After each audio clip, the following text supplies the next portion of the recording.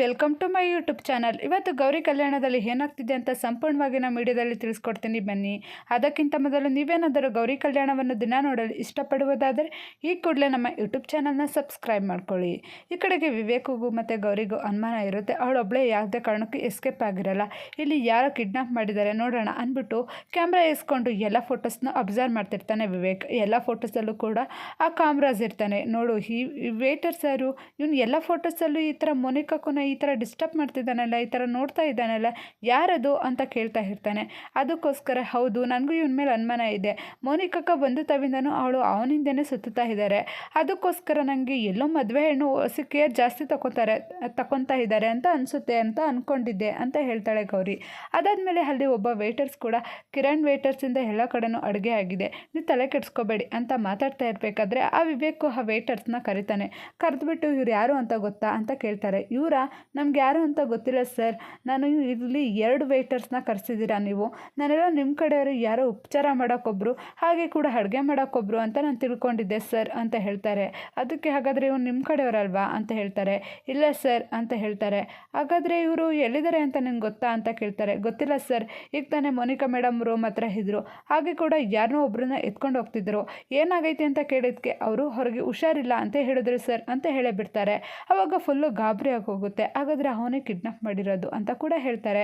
ಅದಕ್ಕೆ ಹೌದು ಅವನೇ ಕಿಡ್ನಾಪ್ ಮಾಡಿದ್ದಾನೆ ಅಂತ. ಅದಾದಮೇಲೆ ನೀವು ತಲೆ ಕೆಡಿಸ್ಕೋಬೇಡಿ, ಅವ್ರು ಕಿಡ್ನಾಪ್ ಆಗಿದ್ದಾರೆ, ಎಲ್ಲಾಗಿದ್ದಾರೆ ಅಂತ ತಿಳ್ಕೊಳ್ಳೋಣ ಅಂತ ಹೇಳಿಬಿಟ್ಟು ಆ ಪೊಲೀಸರಿಗೆ ಕಾಲ್ ಮಾಡ್ತಾರೆ. ಪೊಲೀಸರು ಬಂದೇ ಬಿಡ್ತಾರೆ.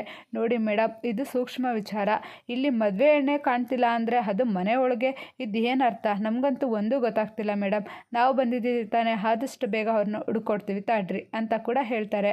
ಅದಾದಮೇಲೆ ಅಷ್ಟೊತ್ತಿಗೆ ಚಂಚಲ ಅವಳು ಒಂದು ಸತಿ ಹೊಡೋಗಿದ್ದಾಳೆ, ಇದು 2ನೇ ಸತಿ ಹೊಡೋಗಿರೋದು, ಅವಳಿಗೆ ಬರೀ ಹೊಡೋಗೋದೇ ಅಲ್ವಾ ಕೆಲಸ, ಈ ಮಿಡಲ್ ಕ್ಲಾಸ್ ಫ್ಯಾಮಿಲಿನೇ ಅಷ್ಟು, ನಮಗಂತೂ ತಲೆ ಕೆಟ್ಟೋಗ್ತಿದೆ ಅಂತ ಬೈತಾ ಇರ್ತಾಳೆ. ಅಷ್ಟೊತ್ತಿಗೆ ಮೇಡಮ್ ನೋಡಿ, ನಿಮ್ಮ ಮಾತಾಡೋದನ್ನ ಸ್ವಲ್ಪ ನಿಲ್ಲಿಸಿ, ಆ ಹುಡುಗಿ ಎಲ್ಲೋಗಿದ್ದಾಳೆ, ಏನು ಬಿಟ್ಟಿದ್ದಾಳೆ, ಹೊಡೋಗಿದ್ದಾಳೆ ಅಂತ ತಿಳ್ಕೊಬೇಕು ಅಂದರೆ ಹುಡುಗಿನ ವಿಚಾರಿಸ್ಬೇಕು, ಅದನ್ನು ಬಿಟ್ಬಿಟ್ಟು ಅವಳು ಸಿಗೋಕ್ಕಿಂತ ಮುಂಚೆನೇ ಅವಳ ಕ್ಯಾರೆಕ್ಟರ್ಗೆ ಲೆಸ್ ಮಾಡಬೇಡಿ ಅಂತ ಕೂಡ ಮಾತಾಡ್ತಾ ಇರ್ತಾರೆ.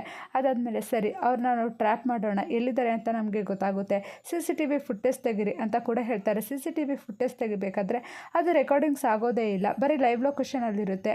ಅದಕ್ಕೆ ಈ ಲೈವ್ ಲೊಕೇಶನಲ್ಲಿದೆ CCTV ಫುಟೇಜ್ ಇಲ್ಲ ಅಂದರೆ ಅವ್ರು ಯಾವುದೇ ಕಾರಣಕ್ಕೂ ಅವರೊಬ್ಬರೇ ಇದು ಕೆಲಸನ ಮಾಡೋಕ್ಕೆ ಸಾಧ್ಯನೇ ಇಲ್ಲ, ಇದನ್ನು ನಿಮ್ಮಲ್ಲಿ ಯಾರೋ ಒಬ್ಬರು ಕೂಡ ಅವ್ರಿಗೆ ಕೈ ಜೋಡಿಸಿದ್ದಾರೆ ಅಂತ ಅನಿಸ್ತಿದೆ ಅಂತ ಹೇಳಿದ ತಕ್ಷಣವೇ ಈ ಅನಿಕೇತ್ ಮುಖದಲ್ಲಿ ಬೆವರು ಹಿಡಿದೋಗುತ್ತೆ. ಅದನ್ನೆಲ್ಲ ಕೂಡ ಗೌರಿ ಅಬ್ಸರ್ವ್ ಮಾಡ್ತಾನೆ ಇರ್ತಾಳೆ. ನೋಡಿದ್ರ, ನಾನು ಹೇಳಿಲ್ವಾ ನಮ್ಮ ಅಕ್ಕ ಯಾವುದೇ ಕಾರಣಕ್ಕೂ ತಪ್ಪು ಮಾಡಲ್ಲ ಅಂತ, ಅವಳು ಓಡೋಗಿಲ್ಲ, ಯಾರೋ ಕಿಡ್ನಾಪ್ ಮಾಡಿದ್ದಾರೆ ಅಂತ ಕೂಡ ಹೇಳ್ತಾರೆ. ಅದಕ್ಕೆ ವಿವೇಕ್, ನಾವು ಈ ಥರ ನಿಂತ್ಕೊಂಡ್ರೆ ಯಾವುದೇ ಕಾರಣಕ್ಕೂ ಆಗೋದಿಲ್ಲ, ಆದಷ್ಟು ಬೇಗ ಅವ್ರ ಬಗ್ಗೆ ನಾವು ತಿಳ್ಕೊಬೇಕು ಅಂತ ಹೇಳ್ತಾರೆ. ಪೊಲೀಸರು ಕೂಡ ಇನ್ನೊಬ್ರಿಗೆ ಫೋನ್ ಮಾಡಿಬಿಟ್ಟು ನೋಡಿ ಸರ್, ಇಲ್ಲೇ ಸುತ್ತಮುತ್ತ ಈ ಅಡ್ರೆಸ್ಸಲ್ಲಿ ಯಾವುದಾದ್ರು ಹೊಸ ಸಿಮ್ಸ್ ಹಾಗೆ ಹೊಸ ಮೊಬೈಲ್ಸ್ ಏನಾದ್ರು ಪರ್ಚೇಸ್ ಮಾಡಿದರೆ ನೀವು ತಿಳ್ಕೊಳ್ಳಿ ಅಂತ ಹೇಳ್ತಾರೆ. ಅದಕ್ಕೆ ಸರಿ ಸರ್ ಅಂತ ಹೇಳಿಬಿಟ್ಟು ಕಾಲ್ನ ಪಿಕ್ ಮಾಡ್ತಾರೆ. ಅದಾದಮೇಲೆ ಎಲ್ಲನೂ ತಿಳ್ಕೊಂಡು, ಸರ್ ಮೋನಿಕಾ ಅನ್ನೋರು ಒಂದು ಹೆಸರಲ್ಲಿ ಒಂದು ಸಿಮ್ ಆ್ಯಕ್ಟಿವೇಟ್ ಆಗಿದೆ ಅಲ್ಲೇ, ಅದು ಬಿಟ್ಟರೆ ಇನ್ನೂ 4 ಸಿಮ್ ಕೂಡ ಆ್ಯಕ್ಟಿವೇಟ್ ಆಗಿದೆ ಅಂತ ಹೇಳ್ತಾರೆ. ಏನು ಹೇಳ್ತಿದ್ದೀರಾ ಅಂತ ಹೇಳ್ತಾರೆ. ಹೌದು ಸರ್, ಈಗ ಆ ಲೊಕೇಶನ್ ಎಲ್ಲಿದೆ, ಯಾರ ಹತ್ರ ಇದೆ ಅಂತ ತಿಳ್ಕೊತೀರಾ ಅಂತ ಕೂಡ ಹೇಳ್ತಾರೆ. ಸರಿ ಸರ್ ಅಂದ್ಬಿಟ್ಟು ಎಲ್ಲನೂ ತಿಳ್ಕೊತಾರೆ. ಸರ್ ಆ 4 ಸಿಮ್ಮು ಮತ್ತು ಆ ಪ್ಲಸ್ ಒಂದು ಮೋನಿಕಾ ಅನ್ನೋರ ಸಿಮ್ಮು ಕೂಡ 5 ಸಿಮ್ಮು ಕೂಡ ಒಂದೇ ಲೈನಲ್ಲಿ ಹೋಗ್ತಿದೆ ಸರ್, ಒಂದೇ ಲೊಕೇಶನಲ್ಲಿ ಇದೆ ಕೂಡ ಸರ್ ಅಂತ ಹೇಳ್ತಾರೆ. ಅದು ಎಲ್ಲಿದೆ ಅಂತ ಹೇಳ್ತೀರಾ ಅಂತ ಹೇಳಿದ ತಕ್ಷಣ, ಸರ್ ಅದು ಹಳೆ ಮಾರ್ಕೆಟ್ ಕಡೆ ಹೋಗ್ತಿದೆ ಸರ್ ಅಂತ ಹೇಳ್ತಾರೆ. ಸರಿ, ನಾವು ಆದಷ್ಟು ಬೇಗ ಅವ್ರನ್ನ ಹಿಡಿಬೇಕು, ಬನ್ನಿ ಹೋಗೋಣ ಅಂತ ಹೇಳಬೇಕಾದ್ರೆ ವಿವೇಕ್ ಕೂಡ ಸರ್ ನಾನು ಬರ್ತೀನಿ ನಿಮ್ಮ ಜೊತೆ ಅಂತ ಕೇಳ್ತಾರೆ. ಗೌರಿನೂ ಕೂಡ ನಾವು ಬರ್ತೀವಿ ಸರ್ ಅಂತ ಹೇಳ್ತಾರೆ. ಸರಿ ಆಯಿತು ಬನ್ನಿ ಅಂತ ಹೇಳಿಬಿಟ್ಟು ಅಲ್ಲಿಂದ ಹೊರಡ್ತಾ ಇರ್ತಾರೆ. ಹೊರಟಾದ್ಮೇಲೆ ಕೂಡ ಮಾತಾಡ್ಕೊತಾ ಇರ್ತಾರೆ. ಸರಿ, ಈ ಲೊಕೇಶನ್ನ ಮುಂದೆ ಹೋಗ್ತಿದೆ, ಆ ಲೊಕೇಶನಿಂದ ಮುಂದೆ ಹೋಗ್ತಿದೆ ಅಂತ. ಈ ಕಡೆಗೆ ಮೋನಿಕಾ ಮಲಗಿರ್ತಾಳೆ. ಮೋನಿಕಾ ಮಲಗಿರ್ಬೇಕು ಹುಳಿ ಎಚ್ಚರ ಆಗೋದ್ರೆ ತುಂಬ ಕಾಟ ಆಗುತ್ತೆ, ಟೇಪ್ ಹಾಕೋಣ ಅಂತ ಕೇಳ್ತಾರೆ. ಅದಕ್ಕೋಸ್ಕರ ಬೈದೇ ಬಿಡ್ತಾನೆ, ಅವಳಿಗೆ ಟೇಪ್ ಹಾಕೋದು, ಅವಳ ಕೆನ್ನೆ ಎಲ್ಲ ರೆಡ್ ಆಗುತ್ತೆ, ಬೇಕಾಗಿಲ್ಲ ಅಂತ. ಸರಿ ಅಂದ್ಬಿಟ್ಟು ನೀರು ಹಾಕಿ ಬಿಡ್ತಾನೆ. ಅವಳು ಕಿರ್ಚಕ್ಕೆ ಸ್ಟಾರ್ಟ್ ಮಾಡಿಬಿಡ್ತಾಳೆ. ಕಿರ್ಚಕ್ಕೆ ಸ್ಟಾರ್ಟ್ ಮಾಡಾದ್ಮೇಲೆ ಅವಳು ಮುಗ್ಗೆ ತಿರ್ಗಾ ಟೇಪ್ ಹಾಕೇ ಬಿಡ್ತಾನೆ. ಟೇಪ್ ಹಾಕಿ ಹೋಗಿ ಕಿಡ್ನಾಪ್ ಮಾಡಿ ಕೂರಿಸಿರ್ತಾರೆ. ನೋಡಿ, ನೀವು ಯಾರು ನನ್ನ ಕಿಡ್ನಾಪ್ ಮಾಡಿರೋದು, ನೀವು ಯಾರು ಅಂತ ನಂಗೆ ಗೊತ್ತಿಲ್ಲ, ಇವತ್ತು ನನ್ನ ಮದುವೆ ದಿನನೇ ಈ ಥರ ಕಿಡ್ನಾಪ್ ಮಾಡಿದ್ದೀರಲ್ಲ ಅಂತ ಕೂಗಾಡ್ತಾ ಇರ್ತಾಳೆ. ಮುಚ್ಚೆ ಬಾಯಿನ, ನಾನು ನಿನ್ನ ಮದುವೆ ಆಗಿರೋದು ನಿನ್ನನ್ನು ಮದುವೆ ಆಗೋಕ್ಕೋಸ್ಕರ, ನಮ್ಮ ಮದುವೆ ಏನು, ನಿನ್ನ ಮದುವೆ ಒಬ್ಳದೇ ಅಲ್ಲ ಅಂತ ಹೇಳ್ತಿರ್ಬೇಕಾದ್ರೆ ಫೋನ್ ಬರುತ್ತೆ. ಫೋನ್ ಬಂದ ತಕ್ಷಣವೇ ಫುಲ್ಲು ಗಾಬರಿಯಾಗಿ ಹೋಗ್ತಾರೆ. ಇದ್ಯಾವುದು ಫೋನು ಅಂತ. ಅಲ್ಲಿ ನೋಡಿದ್ರೆ ಮೋನಿಕನ ಫೋನ್ ಆಗಿರುತ್ತೆ. ಇದ್ಯಾವುದೋ ಫೋನು ಈ ಥರ ತಂದಿದೆಯಲ್ಲ ಅಂತ ಕೇಳಿದಾಗ ಇವಳನ್ನ ಕಿಡ್ನಾಪ್ ಮಾಡಬೇಕಾದ್ರೆ ಒಂದು ಫೋನ್ ಸಿಕ್ತು, ಅದಕ್ಕೋಸ್ಕರ ಎತ್ತಕೊಂಡು ಬಂದೆ ಅಂತ ಹೇಳ್ತಾರೆ.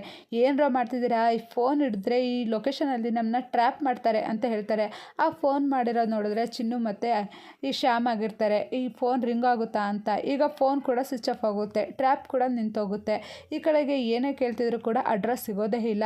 ವಿವೇಕ್ ಕೂಡ ಕೇಳ್ತಾ ಇರ್ತಾನೆ ಗೌರಿನ, ನೀನು ಯಾಕೆ ನಿಮ್ಮ ಅಕ್ಕನ ಅಷ್ಟೊಂದು ಸಪೋರ್ಟ್ ಮಾಡ್ತೀಯಲ್ಲ, ಅವಳು ಈಗಲೂ ಓಡೋಗಿಲ್ಲ ಅಂತ ನೀನು ಯಾವ ಕಾನ್ಫಿಡೆಂಟ್ ಮೇಲೆ ಹೇಳ್ತಿದ್ಯಾ ಅಂತ. ಅದಕ್ಕೆ ಹೌದು, ನಮ್ಮ ಅಕ್ಕ ಒಂದು ರೋಡ್ ಕ್ರಾಸ್ ಮಾಡಬೇಕು ಅಂದ್ರೇ ಅವಳು ಹಿಂದೆ ಮುಂದೆ ನೋಡ್ತಾಳೆ. ಹಾಗೆ ಕೂಡ ಅವಳು ಸ್ವಧಾರ್ಥಿ ಬೆಳೆದವಳೆ ಅಲ್ಲ, ಮನೆ ಮುದ್ದಿನ ಮಗಳಾಗಿ ಒಂದು ತಟ್ಟೆ ಕೂಡ ಎತ್ತು ಮಡಗಲ್ಲ, ಅಷ್ಟು ಮುದ್ದಾಗಿ ಸಾಕಿದ್ದೋ ನಾವು. ಈಗ ಅವಳು ಅನಿಕೇತ್ ಬಲೆಗೆ ಸಿಕ್ಕಿ ಈ ಥರ ಮೋಸ ಹೋಗಿದ್ದಾಳೆ. ತಿರ್ಗಾ ಅವಳು ಮೋಸ ಹೋಗೋಕ್ಕೆ ಅನಿಕೇತ್ ಥರ ಯಾರು ಸಿಗಲ್ಲ ಅಂತ ನನಗೆ ಅನಿಸ್ತಿದೆ. ಯಾಕಂದರೆ ಅವಳು ಇಷ್ಟಪಟ್ಟಿದ್ದ ಮದುವೆನೇ ಆಗ್ತಿದ್ದಾಳೆ, ಅವಳು ಯಾಕೆ ಆ ಥರ ಓಡಾಗ್ತಾಳೆ ಅನ್ನೋ ಕಾನ್ಫಿಡೆಂಟ್ ಇದೆ ಅಂತ. ಸರಿ ಅಂದ್ಬಿಟ್ಟು ಈ ಕಡೆ ಲೊಕೇಶನ್ ಕೂಡ ಟ್ರ್ಯಾಪ್ ಆಫ್ ಆಗೋಗುತ್ತೆ. ಸರ್ ನೆಟ್ವರ್ಕ್ ಬೇರೆ ಸಿಗ್ನಲ್ ಬೇರೆ ಹೋಗ್ತಿದೆ ಸರ್, ಸಾರಿ ಸರ್, ಆ ಟ್ರ್ಯಾಕ್ ಎಲ್ಲಿದೆ ಅಂತ ನನಗೊಂದು ಸ್ವಲ್ಪನೂ ಗೊತ್ತಾಗ್ತಿಲ್ಲ ಸರ್ ಅಂತ ಹೇಳ್ಬಿಟ್ಟು ಕಾಲ್ ಕಟ್ ಮಾಡಿಬಿಡ್ತಾರೆ. ಈ ಕಡೆಗೆ ಡ್ರೈವರ್ಗೆ ಪೊಲೀಸರು ಸೈಡ್ಗೆ ಹಾಕು ಅಂತ ಹೇಳ್ತಿದ್ದಾರೆ. ಎಲ್ಲರೂ ಕೂಡ ಗಾಬರಿಯಾಗಿ ನಿಂತಿದ್ದಾರೆ. ಇಲ್ಲಿಗೆ ಈ ಎಪಿಸೋಡ್ ಮುಕ್ತಾಯವಾಗಿದೆ. ಹಾಗಾದರೆ ಮುಂದಿನ ಎಪಿಸೋಡಲ್ಲಿ ಏನಾಗುತ್ತೆ ಅಂತ ಮುಂದಿನ ವಿಡಿಯೋದಲ್ಲಿ ತಿಳಿಸ್ಕೊಡ್ತೀನಿ.